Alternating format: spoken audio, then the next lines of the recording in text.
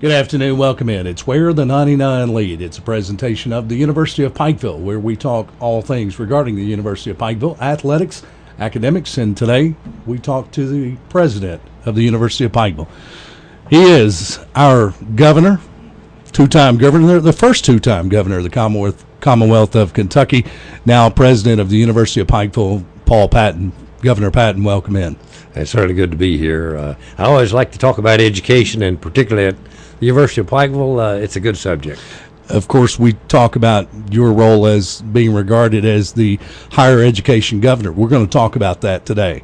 Right now, let's find out what's going on at the University of Pikeville. Another national championship. How about think that? about that. Our women's bowling team competed in Indianapolis this past weekend, won the NAIA National Championship Bowling.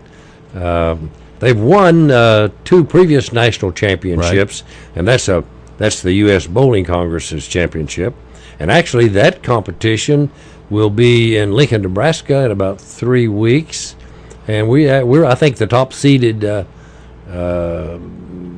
team in that tournament. Kentucky had the top-seeded team in the national basketball tournament. Top-seeded team in the national bowling tournament.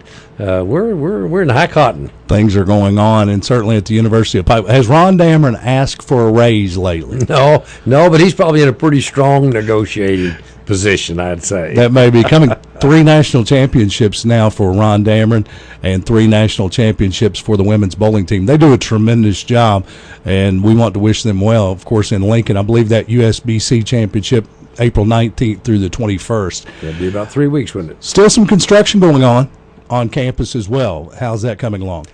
The big crane's coming down. We've finished that, the heavy part of the construction of the medical school building. A lot of finish work inside to be completed, but we will be operational by about July the 1st, certainly in time for the new school year to start. The cafeteria will be open to the fall students, so sure. That will be finished up here in the next 6 months or so. Our dedication is on Saturday, September 15th, I believe, or whatever Saturday is closest to September 15th. Sure. And it's going to be a big celebration, major milestone on the history of the college's evolution. Want everybody to put it on their calendar and plan on being there. I think I remember maybe in the press conference or one of the dedications, the groundbreaking of the Cole building, you said it would change the skyline of Pikeville. And looking out your office, it would certainly change your view of Pikeville. And I'm not sure a lot of folks realized that at the time because that building hadn't gone up. But driving the bypass past the hospital, past that construction, you can see that Cole building, and it has changed the skyline of Pikeville from both above and below. It surely has, and it will change the economy of Pikeville Sure. and the culture of Pikeville in the region, and those are really the more important things. So it's a major accomplishment, and we're looking forward to it. Lots of other smaller construction projects. The athletic practice complex is, again, nearing completion, be completed this summer in time for next fall. Give our student athletes a more modern place to practice during inclement weather and other events. We've taken Gillespie Hall, a small building on the campus, and turned it into a residence hall, a Sure. 24-bed residence hall. This summer, we're going to be major renovations in Page Hall, the freshman men's dorm, Right. and some more work in Condit Hall, where the women are. And with that completion, every bed on the campus, every room on the campus, residential room, will have had major refurbishing in the last 3 years. So our residence hall capacity is, some of it's old, but it's clean, it's painted, it's functional, and adequate to serve our community. So we got a lot of things going on. They say some of us are old too, but a little paint, a little remodel, we're good to go. Well, Governor, education's played a major role in your service to the Commonwealth and the University of Pikeville, of course. You became the president of the University of Pikeville back in 2009, served as chairman of the Kentucky Council on Post-Secondary Education, As governor, you were known as the higher education governor. Many of the things you proposed under the Higher Education Reform Act and improvements in preschool and adult education continue to move this state forward. Since House Bill 260 was introduced, you've spent much of your time in Frankfort and across the state. You've dedicated a lot of your time to educating others on the merits of making the University of Pikeville part of the state university system. What's the status of House Bill 260 today? Well, let me go back to all that education for just a minute, because Sure. you covered a lot of territory there, and I've been very blessed in that I was born into a family here in eastern Kentucky that understood the importance of education and sacrificed so that I could get a good education, and that education has been the foundation of my success. And yet I have stood by here in eastern Kentucky 75 years, and I've seen so many people not realize their potential because they weren't educated. Right. And I've seen it's just such a waste when a brilliant young person doesn't develop their intellectual capacity to its ultimate capacity, and thereby become more productive. So I've seen what the lack of education cost, and when I got in a position to have influence on public policy, I determined that it would be to improve education at every level, from early childhood through our elementary schools, our secondary schools, our colleges and universities, and adult education. And I've had the opportunity to work in each of those fields over the years, and hopefully have made a contribution. But the big thing that our people need to realize is that they're going to have to make the sacrifice to get that education. Even if it's free, you still have to do the work. They can't just shove that in your brain. So Sure. Our people need to understand that education is the future, and the educational opportunities are here, but they have to work to take advantage of them. So I have become known intentionally because I support education. That has been on a national level. I've had the opportunity to work on education at the national level and receive recognition there. So that's very, very important. This latest initiative started by Speaker Greg Stumbo, Sure. realizing that this whole region needs a publicly supported university, and there's lots of different aspects to that a public university can and will do that a private independent university like Pikeville just can't do. Sure. As good a job as we do for what we are, we still don't substitute for a state-supported university like Moorhead or Eastern. Not only could we offer lower tuition, there would be many other cultural, social, educational benefits to the community that we will be able to provide. So he is absolutely right. This region deserves a state university. We are underserved by the state university system, and that will never be equalized until there is a state university physically located in the region and dedicated to promoting higher education in its broader sense to the entire community. So Greg Stumbo started the idea. Representative Leslie Combs picked it up, Sure. worked with Greg and some other people, drafted House Bill 260.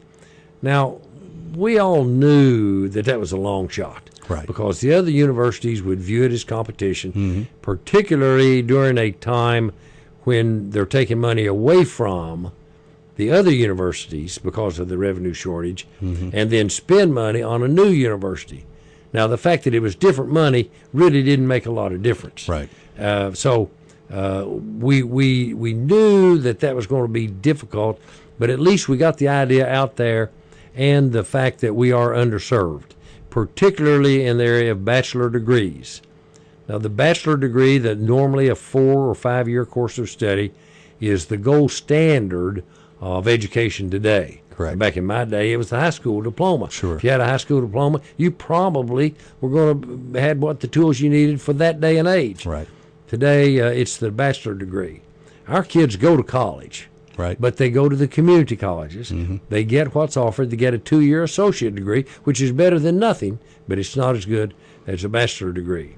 So Representative Combs and Speaker Sumbo redirected House Bill 260 to being a scholarship program for students that graduate from our high schools to attend college in our region by colleges that are providing that service in our region. Now, that's primarily Alice Lloyd College, the University of Pikeville, Union College, and the University of the Cumberlands. Those are 4 private independent universities and colleges serving this region. Moorhead and Eastern also have extension courses in the region, and some of these scholarships would be available for those. There again, taking our money, spending it in our region to give our children a higher education. That's the essence of House Bill 260. Now, it didn't get passed last week as a major shock and surprise to me and Speaker Sumbo and Mrs. Combs.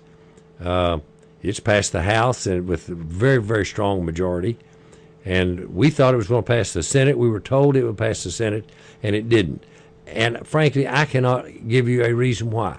Right. No one, to my knowledge, has articulated a reason why this bill wasn't passed. It was promised. I've been told that the leadership of the Senate said we'll pass it. And they still have a chance to pass it. I believe it will be passed.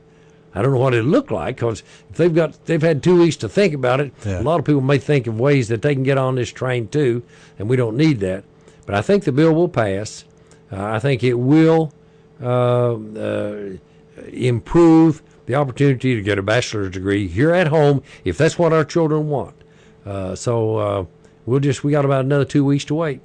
Some of the state universities viewed it as competition to the state universities, primarily Moorhead State University, Eastern Kentucky University, which is in central Kentucky. I really think they should rename Eastern Kentucky University, located in central Kentucky. They viewed it as competition from the University of Pikeville when House Bill 260 was first introduced. Is competition such a bad thing if it provides more opportunities for our mountain students? Well, the issue is how can the state best provide university services to the students? Sure. It shouldn't be focused on whether it's good or bad for any particular institution. Exactly. What is the best way to serve the students? And the best way to serve the students is to have a university in the region. And the University of Pikeville is the only institution that's able and willing to assume that role. I don't know that it would impact Moorhead. It might a little, but not very much, because they don't get very many students from this region. Right. As we brought out in the debate, only 17% of our high school graduates that go to college go to a state-supported university. In the rest of the state, it's 49%. Right. So in the rest of the state, 3 times as many students initially enroll in a state university than in our region. That, by definition, we are underserved. Sure. And what's the results? 6 years later, which is when they measure the attainment of a master's degree, 1/2 of our students, the rest of the state, got a bachelor's degree. I believe the number was 11.7% of our students had gotten a bachelor's degree in 6 years. In the rest of the state, it was 21.8, virtually twice as many. So we're underserved, and the results are that we get fewer bachelor degrees. And several of those students that go to state universities from our area, they leave here and get those bachelor's degrees and never return. And then marry someone from a different part of the Sure. state. They get a job down there. They get familiar with that lifestyle. They don't come back. And that's if we're distilling off our middle class, and that's what we're dealing with, the middle class. The University of Pikeville can serve the lower income students with state and federal grants, and we can be pretty competitive. But we are not in a position to provide substantial financial help to the middle class, the school teachers, the accountants, the people making $50,000, $60,000, $70,000 a year. They don't get state or federal help, and we're not able to provide them enough help to make the difference. We're widening the gap in education here in Eastern Kentucky. and we need to stop that. We aren't making much progress in higher education. We're making a lot of progress in elementary and secondary education. Sure. Read this past week, I believe it was some competition. An Eastern Kentucky middle school won the state middle school competition. That's pretty common. There's a lot of good high schools here in Eastern Kentucky that are competing very successfully on the state and national level. Right. I can't remember what that competition was, but it spoke very well for some of the schools here in Eastern Kentucky. Our schools represent very well in those academic competitions. They really do. House Bill 260, designed to provide opportunities for students in our area. Should it pass, I understand it might have been called Kentucky Appalachian College Completion Program. How would it work, and who would be eligible? It would be focused on students that have at least 60 hours of college credit that would lead to a bachelor degree, and attending a institution in Eastern Kentucky that has the authority to grant bachelor degrees. The 4 independent colleges and the 2 state colleges that I mentioned earlier that operate extension campuses Sure. here. The maximum amount to attend the independent colleges would be $6,000, depending on how much other aid that the student gets. For juniors and seniors, that would be a big help. At the state universities, the maximum grant would be at their extension campuses would be $2,000.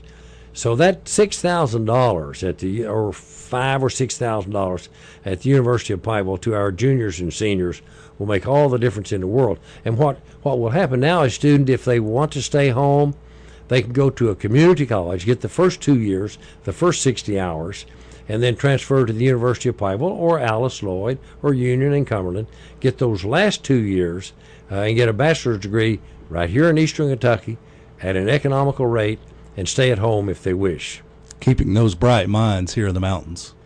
The chances are, if they stay here to get their degree, they're going to stay here, raise a family, and contribute to our economy.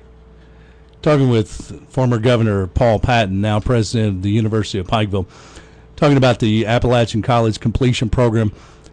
What does that mean to current UPike students who are, say, a sophomore?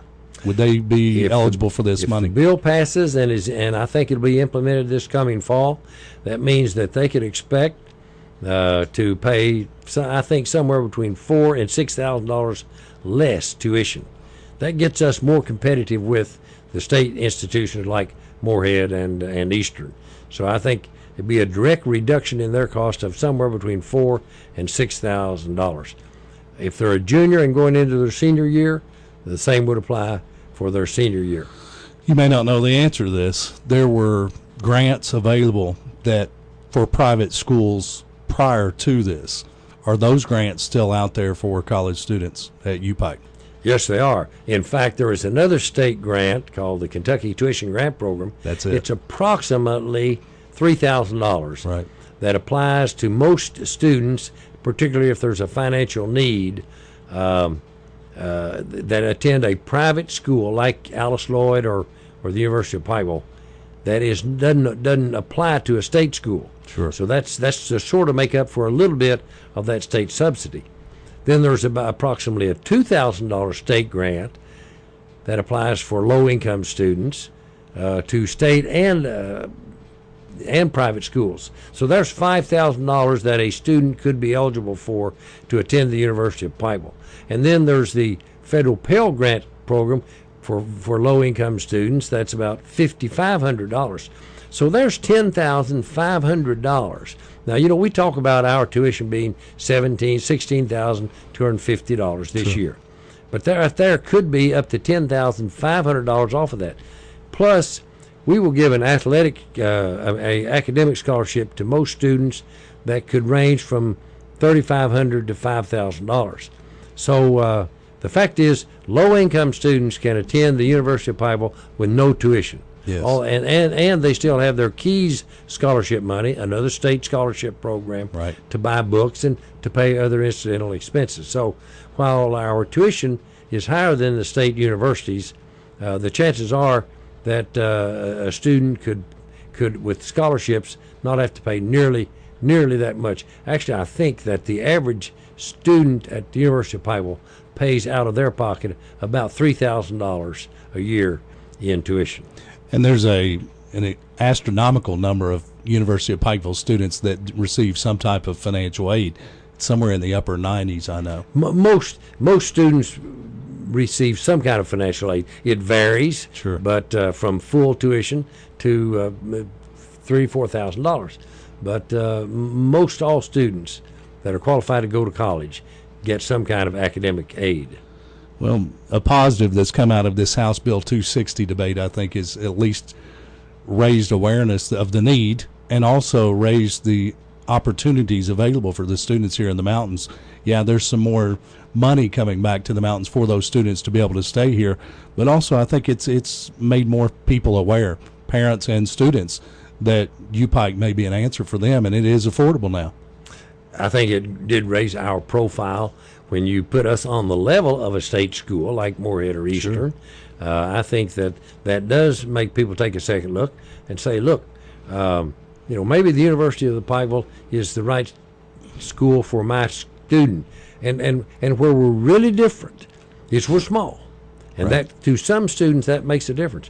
But the governor hired a consultant to come in and evaluate the University of Pikeville, and in every aspect as far as the university is concerned, it said that we are up to the state standard in the quality of our faculty, in our buildings, the quality of our buildings and their state of maintenance, in the financial stability of the college, in our debt service, and in all of the aspects in which they evaluated the university. They found no shortcoming, which is very comforting to me and should be comforting to the parents of this region. Again, we will never be 15 or 20,000 students. Campus not big enough. Sure. The demand's not here, but we are high quality in every respect. And for some students, they can go to Lexington, great school, and 27,000 students, and they can handle it. But now that's a big challenge to some of our students. I know when I went out of Louisa High School several years ago, and it was only 5,000 students then, I was a lost ball in high weeds. Sure. It's the only place I could get an engineering degree. Right. And I struggled. I got through, but I struggled because I wasn't used to something that large.